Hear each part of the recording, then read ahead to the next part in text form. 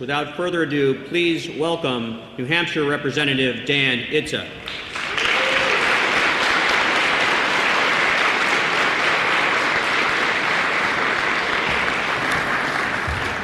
Thank you. Most of you probably know me from having portrayed James Madison for the National Heritage Center for Constitutional Studies, or occasionally as John Langdon. And looking forward to this venue, I dearly wanted to appear in my colonial garb. But the more I meditated upon it, the more I knew that wasn't right. I prayed about it, and the discomfort became greater. I prayed about it with my wife, and the answer became absolute. That was not why I'm here today. I'm not here today to speak to you as a voice out of the past, asking, why have you squandered what we bought so dearly? No. Today, I am here to speak to you as a representative to the General Court of New Hampshire, a man of today.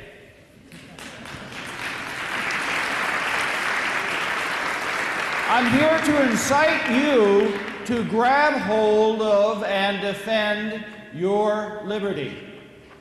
But to do so, you must understand that liberty. You must understand what the founders were thinking of and why they thought it. Because what is enumerated in our constitutions, and that's a plural, did not spring from the minds of men. It sprang from the eternal. No government has ever willingly given its citizens or its subjects their liberty. It has always been procured at the force of arms or the threat thereof. Now, you all know I'm a student of the Constitution of the state of New Hampshire. That's, as all constitutions, a unique document, but it is even more unique because it is the last of the constitutions of the original 13 states.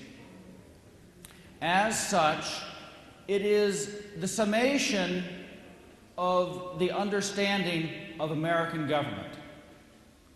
It is preceded immediately by the Constitution of the state of New Hampshire, and it's often touted that the New Hampshire Constitution is derived from the Constitution of the state of Massachusetts.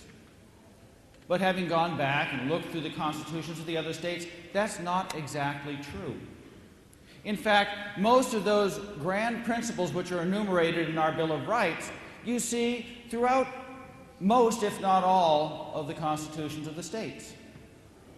And that of New Hampshire is spoken more forcefully and more boldly than that of the state of Massachusetts. It is succeeded by the state of Vermont. And that Constitution is also less forceful than that of New Hampshire. So when I began my study, I began looking at this Constitution long after I became a representative, in the beginning of my fourth term, trying to understand what they were trying to tell us. I became very curious, and I went back and searched original documents and old court cases to understand what they were trying to impart to us. Where did this come from? This document didn't originate in 1784. It didn't originate in 1776. It began in 1216. Now remember I told you that no government has ever willingly given up given liberty to its citizens. Well, most of the articles of our Bill of Rights are derived from the Magna Carta or the English Bill of Rights. The Magna Carta was written in 1216 after the baronial rebellion. That is, the barons of the land demanding their liberty and their rights from the King of England. And then that was codified. Then, time went on. And the most fundamental book that inspired our war for independence was this one. Pastor Lear held it up. This is not just any Bible, this is a Geneva Bible. It is the first translation into English of the Scriptures. It was not derived from the Latin Bible, but it was derived from the original Greek and Hebrew scriptures that the Eastern Orthodox ministers brought with them when Constantinople fell to the Islamists. They found these scriptures and they started reading them and they became inspired. And John Tyndale translated the New Testament, and then John Calvin by 1539 had translated the Old Testament. This sparked actions like the English Civil War of the 1520s and subsequent rebellions. It was finished by 1599. Now, most of you who go to church have been told that the King James Bible is the first Bible translated into chapter and verse. Well, guess what? That's not true. This, completed scripturally in 1539, was translated into chapter and verse so that you could reference it. They spent the next 60 years writing commentary so that the average person had something to look to. They didn't have to rely on the pulpit for their understanding of the Bible. The King James Bible is actually a rebuttal because the commentary in this Bible struck at the divine right of kings. It looked at things such as, those of you who are greatest shall be the least. He who among you who is the greatest shall be the servant. God is no respecter of persons. One of my favorites, mostly because it was perverted in the King James. What in this Bible is the 31st verse in Romans chapter 1, which men, though they knew the law of God, how they which commit such things are worthy of death, yet not only do the same, but also favor them that do them. In the King James Version, the law of God was translated into the righteous judgment of God. It was neutered a little bit, less active, passive. This says that there is a law to which all men are held accountable. It struck at the divine right of kings in its commentary on the Hebrew midwives who disobeyed Pharaoh and were commended for when they said that when the king makes a law that is contrary to the law of God, it must be disobeyed. King James didn't like that. This is the Bible that the pilgrims carried with them to this country. And there's another little interesting aspect. Pastor Garrett said how his ancestors came on the Mayflower, and two of the previous speakers said how they were sons of the American Revolution or were qualified to be so. And so am I. It's an interesting congruence. For my forefathers, too, came on the Mayflower, and my ancestors fought to purchase this liberty. So, we get to the time of the American Revolution. Oh, back up a little bit. After all these wars and rebellions, we had the Glorious Revolution, a bloodless coup, which established, after which in 1689, William and Mary were put on the throne of England under the condition that they recognized the English Bill of Rights. And that's the other document from which most of our rights are derived. So when our forefathers fought for this liberty, they weren't looking at just things out of the air. They looked at the Magna Carta, the English Bill of Rights, and they said, these are our liberties, our enumerated liberties in Englishmen, and we're being denied them. But then if you look at the Constitution of the state of New Hampshire, it has additional ideas, what they codified as evangelical principles. What we discarded that name in the 1960s as an antiquated sectarian reference because we didn't understand it. You see, they thought that evangelical had to do with a particular church denomination, and that wasn't it at all. These evangelical principles were said to give the best and greatest security to government and lay in the hearts of men the greatest obligation to do subjection. And I struggled with that. What were they talking about? Especially when our Article 10 codifies a right to revolt. That seemed to be in conflict. But our Constitution says it is one fabric of unity and amity. Therefore, it cannot be in conflict. They were talking about the subjection of those in government to the people.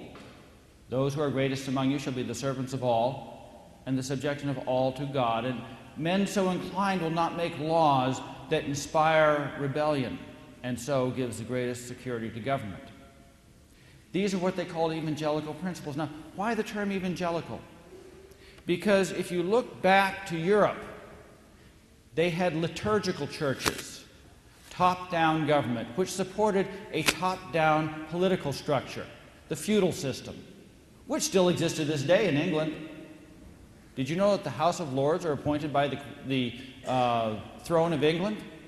They can, every 30 seconds, appoint a new lord to the upper house of Parliament and so block or promote any law that suits them. But here in America, we established a new world order, one premised upon evangelical principles, one of bottom-up government. If you look at an evangelical church, what is the principal difference? Evangelical churches elect their leaders, either directly or by representation, whereas liturgical churches, as I said, appoint their clergy. Evangelical principles are principles of self-government, both in the church and public government. Now, unfortunately, Pastor Lear told you how the church supported the movement for liberty in these United States at their outset.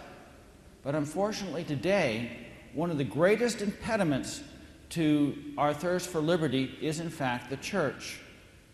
It is a church which has submitted itself to government. It has become a creature of government. Most churches are 501c3 corporations, created by the government, subject to them for their license, unlike a constitutional church, which owes no allegiance to government.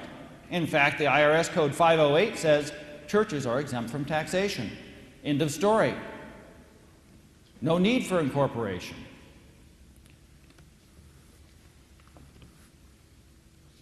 But what the pastors now today, every time people start to desire to throw off the yoke of government, you hear Scripture quoted, "Render unto Caesar what is Caesar, and unto God what is God's. Be subject to government, pay your taxes." But in American government, who is Caesar? You are.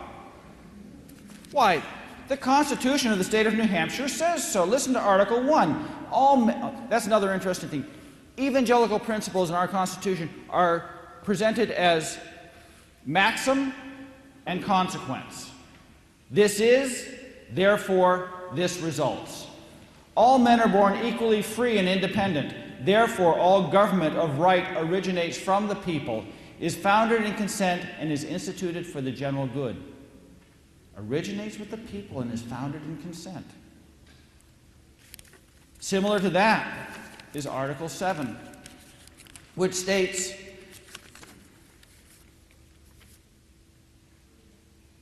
that's Article 8, and this is the one I skipped. Article 8, which states that all power originates with the people and is derived from them. Therefore, all the officers and representatives in government are their servants, substitutes, and agents. You're in charge, we're the servants. That's bottom-up government. You are the Caesars. You created governments. New Hampshire, I will refer to specifically. You created a Caesar in the form of a constitution. You consented to it agreeably.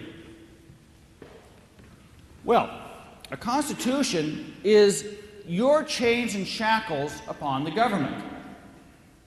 The Constitution of the state of New Hampshire requires, and I looked it up, I went to the other constitutions, so does Vermont and so does Massachusetts. Many of you are here today. Or some of you are here today, not many, unfortunately. But some of you here today are from Vermont and Massachusetts as well. They lay these same demands, or you laid these same demands upon yourself. The first one, every member of the community has a right to be protected by it in the enjoyment of their life, liberty, and property. He is therefore bound to contribute his expense of such protection and to yield his personal service when necessary. That's the militia. So, in return for the government protecting your natural rights, you owe to pay for that protection. What happens if the government fails to protect your natural rights? The obligation ends. Our Article 3 says that when you enter into a state of society, you surrender certain natural rights for the protection of others, and without that protection, the surrender is void. Further, what are you obligated to do? Now, our evangelical principles are codified in Articles 1 through 10, the first sentence of 11, and then Article 38, which was originally the last article. This one's beautiful. It imparts the greatest power to you, the people, and it's in Vermont and Massachusetts. A frequent recurrence to the fundamental principles of the Constitution and all the social virtues, and recurrence means to go back, study, read about, and discuss. So you're supposed to be thinking about these things constantly. And a constant adherence to justice, moderation, temperance, industry, frugality, and all the social virtues are indispensably necessary to the maintenance of good, to preserve the blessings of liberty and good government. The people ought, therefore, to have a particular regard to these principles in the choice of their officers and representatives. And they have the right to require of their lawgivers, that's the legislature, and magistrates, that's the executive and judiciary, a constant and exact observance of them in the formation and execution of the laws necessary for the good administration of government. That makes you the interpreters and the enforcers of the Constitution. Your shackles upon government. So how could government get so out of control? Obviously, you weren't doing your constitutional duty.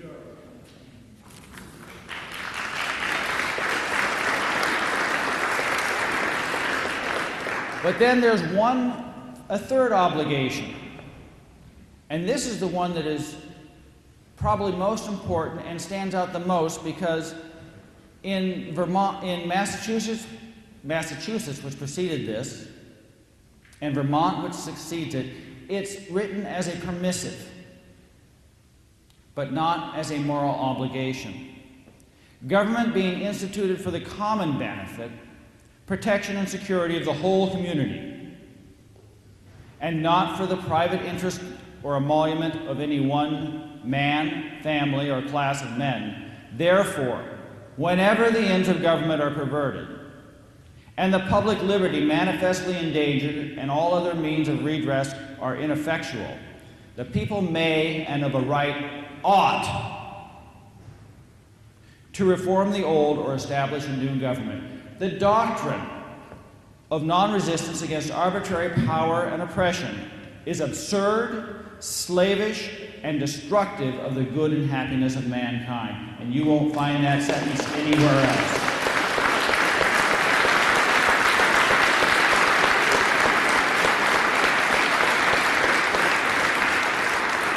So what are your obligations? 1, you pay for your protection when it is provided. 2, you enforce the Constitution upon your lawgivers and magistrates. And 3, if you are unable to do so, you reform or replace the government. Now, I have to pose a question to you here, and as my time is almost up. And this is not a question just for today. It is a question that you must answer every day of your lives, and if the Lord tarries, your children will have to answer it, and their children. Liberty is only purchased, only maintained when you enforce it. Are you going to, like Esau, exchange your liberty, your birthright, your inheritance, or your heritage rather, for a bowl of soup? Or are you willing to, every day, pledge your lives, your fortunes, and your sacred honor to defend your liberty? Because only you can defend your liberty. Only you can do it, because if somebody else defends your liberty today, tomorrow, he may demand usurpation of that liberty as the price of that liberty. The enemy without the gate is always apparent. The enemy within the gate is hard to identify. You must be ready to defend your liberty from every other person. That doesn't mean chaos. Our founding fathers didn't establish chaos. They established a government, a limited government, with you at the top. And so I must now conclude with one thing here. Government does few things well and most things poorly. Therefore, it should do as little as possible. Government is best at breaking things, especially people and economies. That's why it's so good at war and peace, and why centralized economics and social engineering are always such failures. Thank you.